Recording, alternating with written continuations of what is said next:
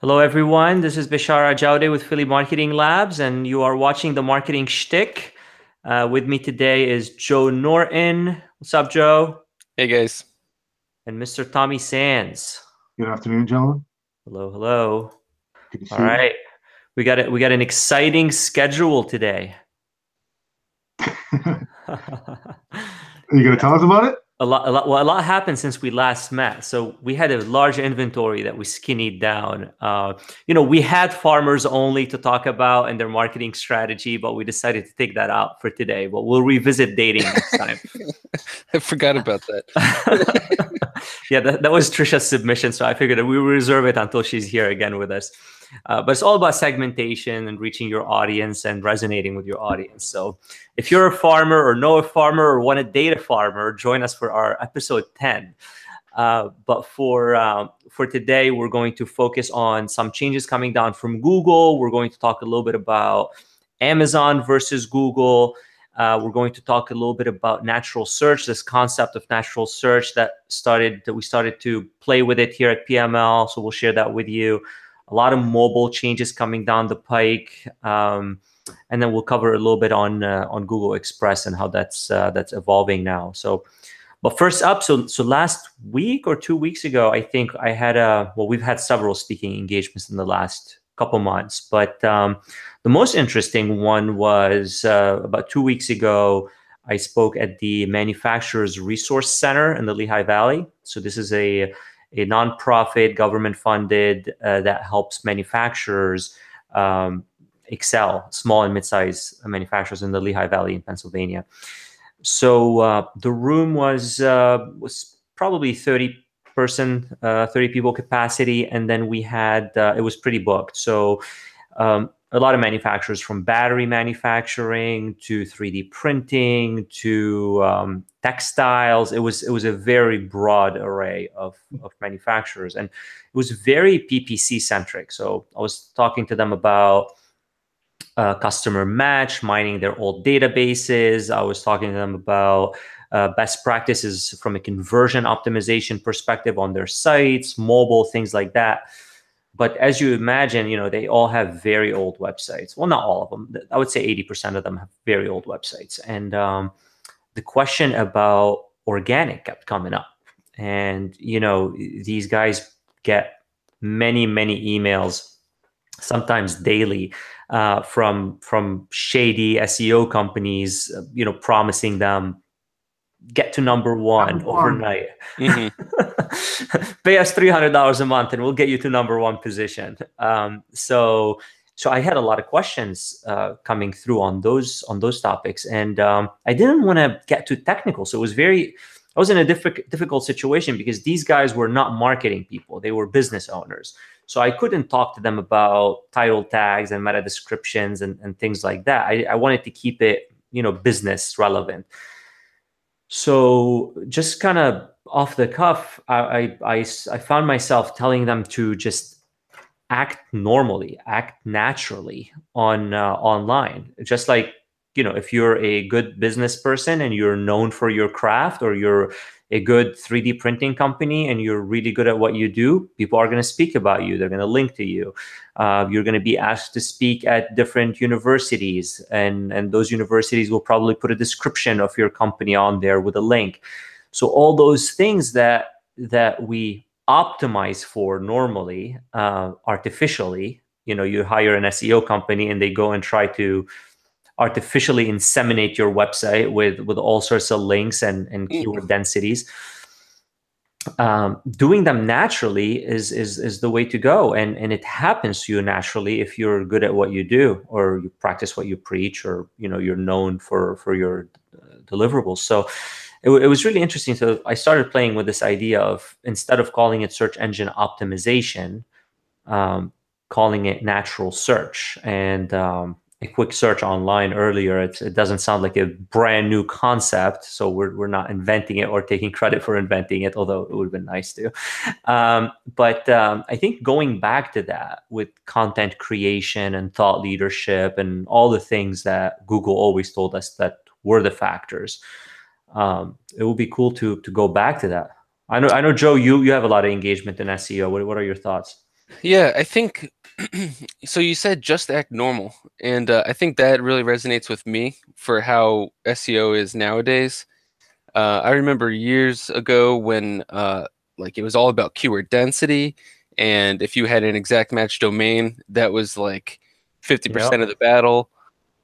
You would have like some people would have like all kinds of links with like white on white font on White white text. background, Yeah. and all that garbage doesn't work anymore. Now the computers basically see right through that. They know what you really are talking about on that page, Yep. and yeah, optimizing for robots, those days are gone. I think Just Act Normal is great advice for SEO right now. If you have an engaging website that performs, Google sees that because people aren't going to bounce. They're going to stay on your site longer. And those are, indicators to Google that that's a good SERP. So they'll Right. continue to serve you and maybe serve you more. So I think that's great advice. Yeah. So maybe we call it normal search as opposed to natural search. If natural search is played out or someone else has a claim to it, maybe we'll go with normal search. We'll have normal search and paid search. That So would be there's got to be a set of elements and tasks that still sort of, a set of best practices. Like you're talking about some tags and descriptions, and we say it's normal because those things are normal to us, right? True. right. Through our regular processes, we know that we want the title and whatever to relate to the content in some extent, right? Right. Right. It should represent the content on the page, and we know, normal is creating content via a blog or videos or social, and those things are normal to us. Do they still need to be explained under some umbrella to the layman, to the plumber, to the I think that's a great point, Tommy. And what you're saying is you want to make sure that your site is accessible to the crawlers. So there's an accessibility thing. So you still need your meta titles and descriptions and alt tags and things like that, but those become mechanic. Those become, I don't know, the fluids in your car, right? They don't. Your car is your car. It looks a certain way and all that, and there's aesthetics to it, but you still need the fluids and all the other mechanical things that you still need to have. We're not saying, Mr. Business Owner, ignore title tags and meta descriptions and titles and things like that. So maybe it's natural or normal search and paid search, but under web development and almost design, you still need accessibility and mechanics, and those are making sure the best practices, which I wanted to go away from, because best practices is to be normal. Like, that is the best right, practice. hypothetic, right? Right, but you still need to obey the speed limit and the road signs and things like that. So those still need to happen under a certain umbrella, and I think that's like the mechanics of your site. Yeah. Yeah, So maybe it that's becomes more around website optimization, right. Clean code, Yeah. accessible code, code. speed, which I think is another topic, right? That Yeah. Right, the That's so play. that's definitely a move that's happened is SEO is split. So now it's like half of it is all content focused and the other half is like about your site like architecture hmm and stuff like this, like how your site's organized, the hierarchy, how interlinked they are, and then all the tags and headers and all that kind of stuff. right. Yeah, and the ecosystem is shifting. Tommy, you alluded to mobile. That's huge now. I mean, Google just came out like this week, and they said that they are starting to crawl websites and index websites in a mobile only capacity. So now they're going to go through your website, and the crawler is going to assume the identity of a mobile browser. So now you have to.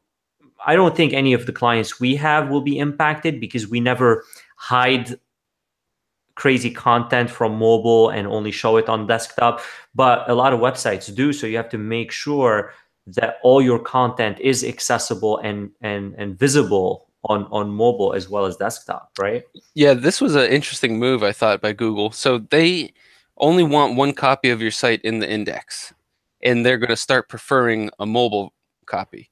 So that's really interesting. And I think you're right that it'll this will have the biggest impact on people who were really changing the content between their desktop and mobile versions. And we generally don't recommend that. So I don't see that being a big problem for our current clients. But some people do that. Oh, And yeah. they might see something happen here. And you know what? That also correlates with Google is now using mobile page speed as a ranking factor. Right. Yeah. So before we jump onto that, I was speaking with a prospect last week that had a Magento website. They sold toys. There is a toy company, and they have an independent mobile site. So if you think about it, in the olden days, in web terms, 4 or 5 years ago, people were building a mobile like m.abc.com. So that's a client that still had that, and it's almost like an independent company. If you bring up the mobile website and the desktop website, completely independent, different calls to action, different content, certain categories were hidden on mobile. So somebody like that is definitely going to get hurt or impacted by this change. But I think most of the newer sites, I think at some point in the past 2 years, we started talking about responsive websites as opposed to mobile websites, and I think that's kind of the threshold where people may not see a huge difference. But yeah, speed is huge, right? So that was one of the slides in the presentation I gave in July of 2018. So 4 months away. Google is going to start penalizing for speed on mobile. Right. And it always used to be, you always got penalized for your mobile speed in mobile rankings. That's not new. Now they're going to penalize you across the board. So even on desktop sites, you're going to show up lower in the SERP if you're slow on mobile. And I thought the speed benchmark they floated out there is very aggressive. They talked about a 3-second load time. I think they're trying to push people to AMP. I think that's what that is partially about. It does seem a little bit excessive. I've run some recently optimized websites through their analyzer, and they'll say it's medium, it's okay. Right. And I know there's not really a whole lot more I can do. Half of the tags they complain about are Google related tags anyway. Yep.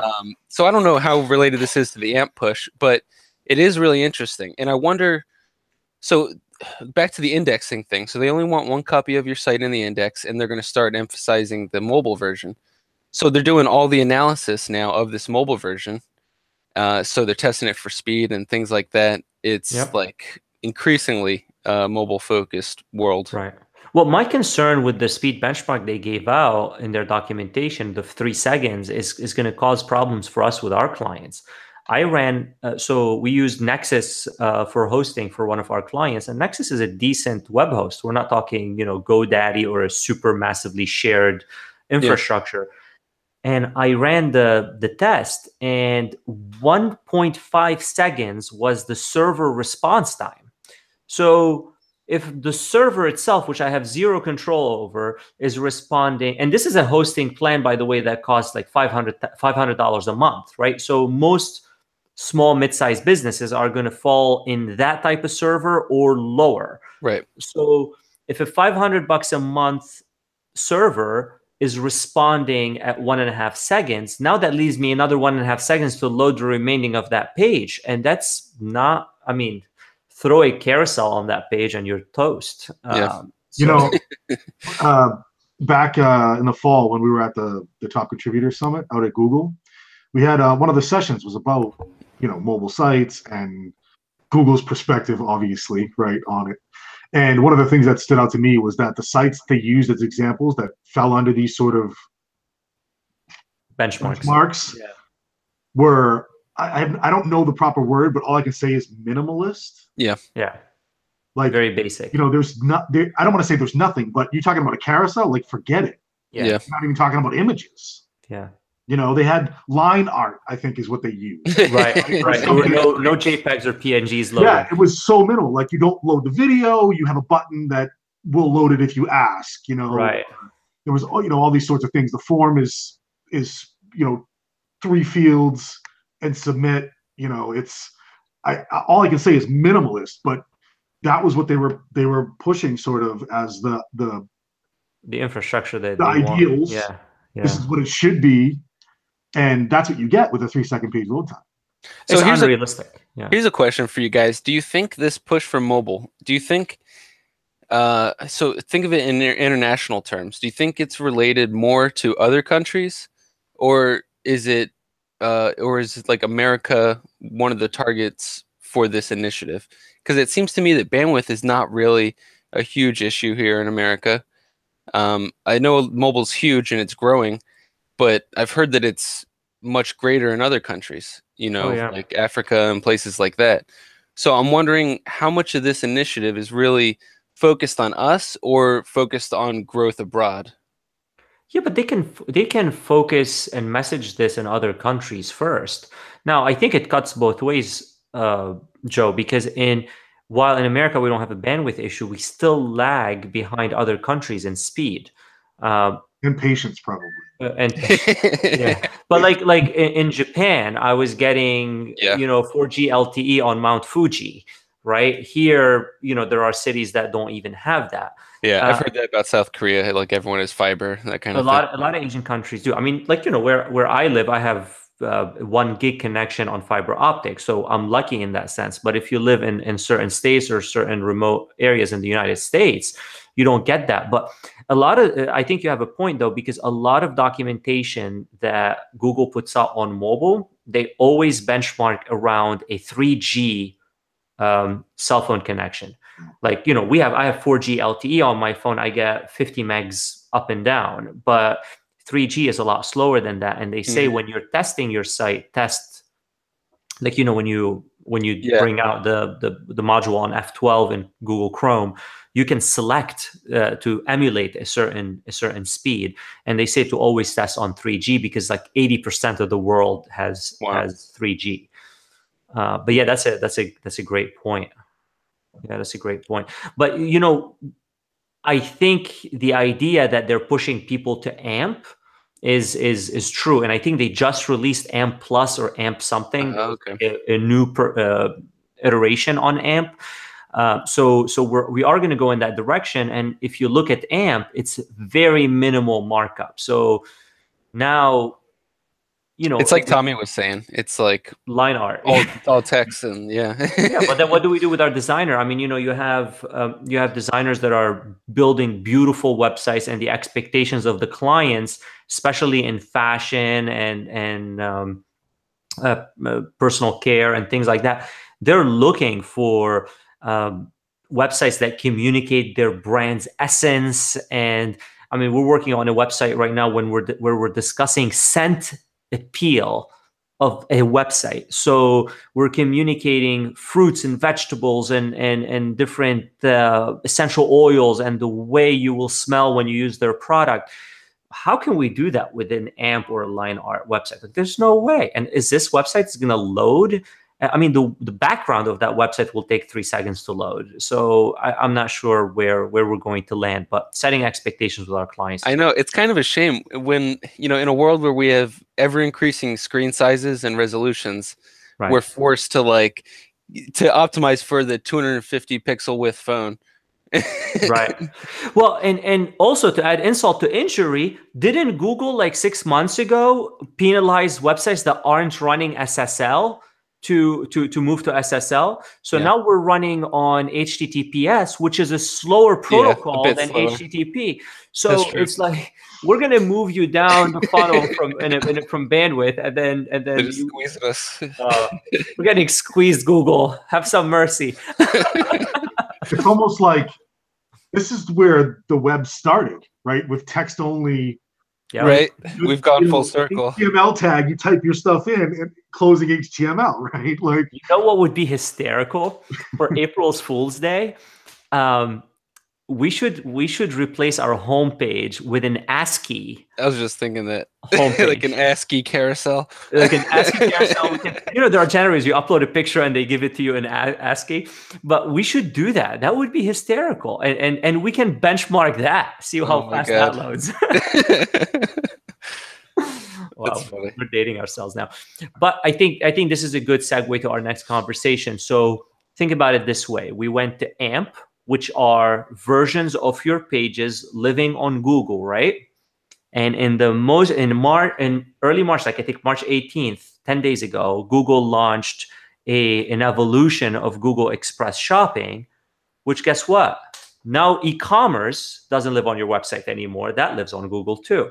So they're piloting that with Costco, Walmart, flowers.com. I don't know, there's like a list of 50 stores that are in the pilot. But this is where somebody like Costco, for example, loads up their inventory through an XML feed to Google Merchant Center, like what we used to use back in the day. And that populates, that allows you to target it with Google Shopping ads from the AdWords side of things. But now you have your almost storefront and inventory living in Google Express. And say you search for red umbrella, you'll start seeing in Google Shopping, like add to cart buttons next to the red umbrellas in there where you can add it to cart. That umbrella could be coming from Costco. Then you search for a salad bowl and then you add one to the cart. That could be coming from Walmart. It doesn't matter to you as a consumer. You don't care where your inventory is getting picked from. And then you check out. And by checking out, the Google Express will spread that to the proper vendors that you purchase from, and your orders ship from all of them. So it's you use Google Pay, right? And you use Google Pay, and that's it. And Google Wallet, I think it's called nowadays. So it's this decentralized experience where you're agnostic of store names and brand names. Excuse me, and everything is running on Google. There's no page load time, right? They're not even coming to your website. Google is serving it. So think about it. I mean, e-commerce serves directly from Google. AMP pages serve directly from Google. A lot of news articles serve directly from Google. You don't need to go anywhere else. What's next? We start building our websites on Google Pages, right? So it's interesting. Yeah, it seems like a good move to try and compete versus Amazon. It's like they're turning their SERP page into Amazon homepage, right? You can just click add to cart. Yep. I don't know if they have one click, but that's pretty cool. It looks the same too. You brought that up. If you see a Google Express page, you know how Amazon has all their products, and on the left side there's the filters.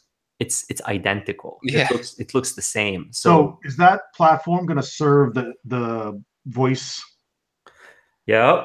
Google Assistant. The assistant. So it feeds Google Assistant. It feeds Google Shopping, Google Search, mobile, Google Express. It's that one funnel that feeds everything, omni-channel. Wow. Yeah. It's interesting. Amazon's so far out ahead of this. I don't know if even somebody like Google has the ability to make that up. But if anybody does, it might be them.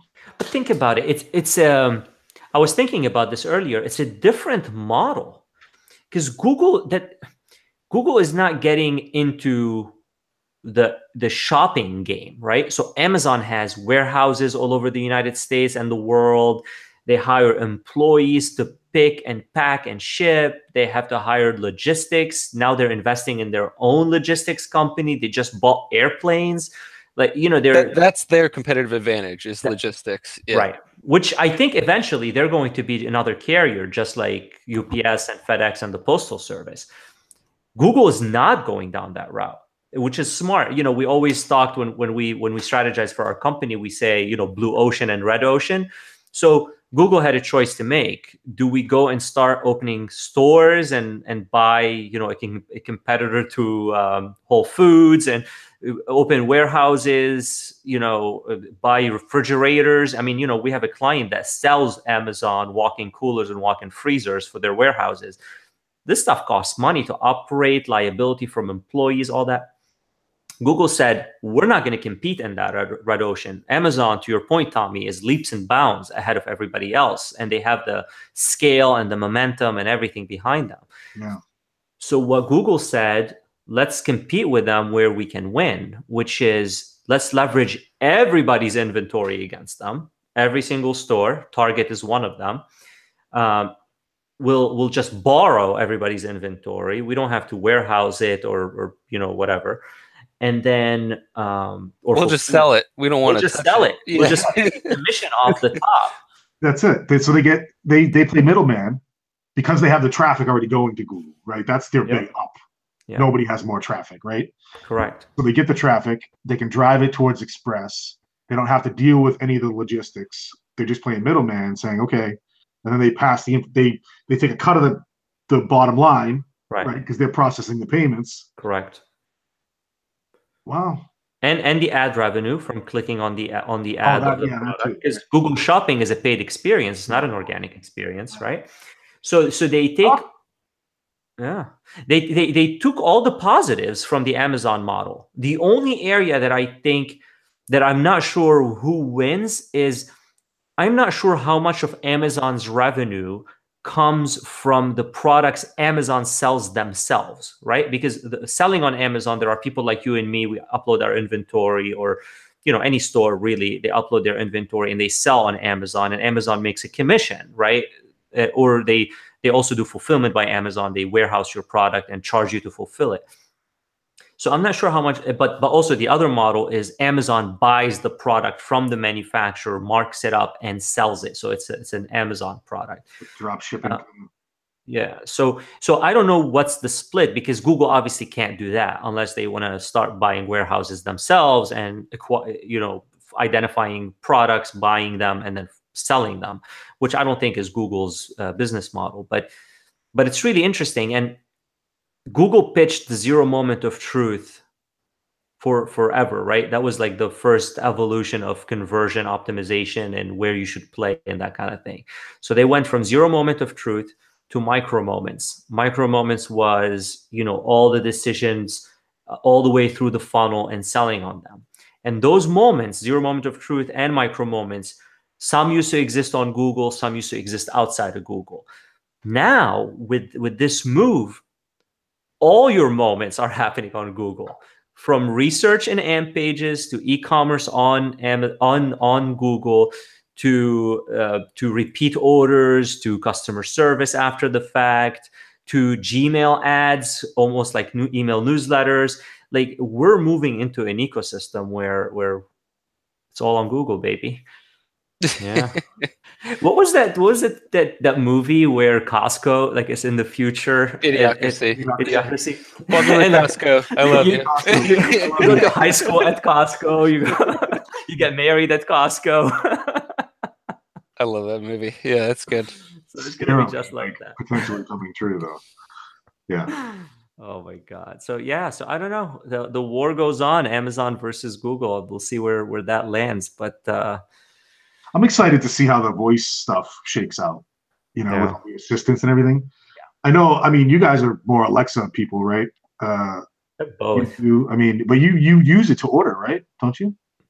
Or no, not really? Or I order. Here's the deal. So I go to a lot of, I'm a big fan of Slick Deals, which is slickdeals.com or .net. I don't remember. It's a website where people share like discounts and things like that. And what Amazon's been doing is there's different pricing sometimes on the same product if you order it through Alexa or through Google. So sorry, I don't know that one.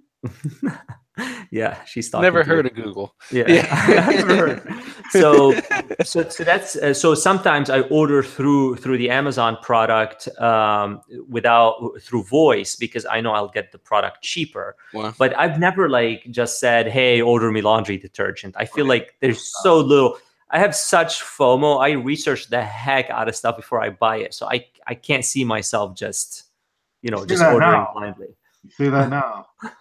You'd be like, Alexa, diapers, and then they'll be showing up at the house in a couple of days. Oh, right? dude. Well, they have the button too now. They have the smart buttons. Yeah, I forget what they call those. Pogs, something. I forget. Yeah, I don't remember what it's called. But yeah, so it is interesting to see how monetization gets into voice search, because there's a conflict inherent in that experience, because the smartest device will give you the most relevant answer. And the Google algorithm is known to give you, being a good librarian, they give you the best answer to the question you're asking.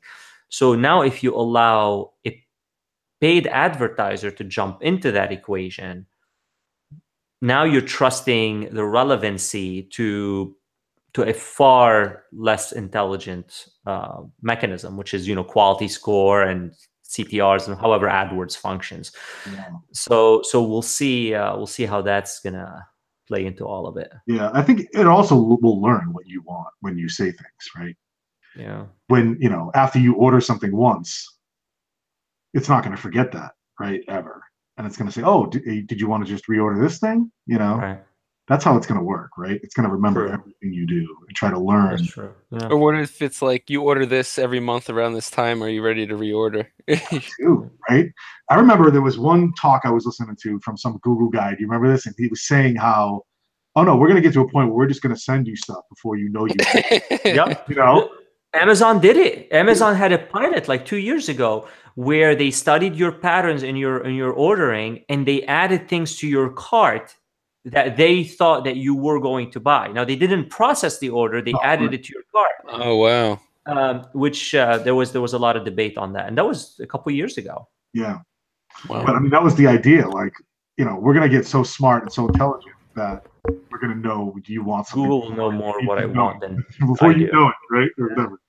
Hey, that's small data, right? Because big data applies to statistically significant numbers. Here, we know you so well that you're gonna order this. Yeah, cool. What else is going on? What else are we learning about nowadays? We're learning about a lot. Google's been active. Just on the paid search side of things. We're obviously privy to a lot of announcements and things sometimes ahead of time, but they had a great session at SMX a few weeks back where they were talking a lot about some of the features and enhancements that are coming to YouTube, specifically around some of it's targeting and some of it is sort of on the execution side, but more conversion focused solutions, right? And more like direct action type ad formats that you can put out there so you can drive people to a form or to take the next step in a more clear fashion than trying to coerce somebody to click on a call to action overlay or something. You can actually pop a button in there. Yep. So they're moving in that direction heavily.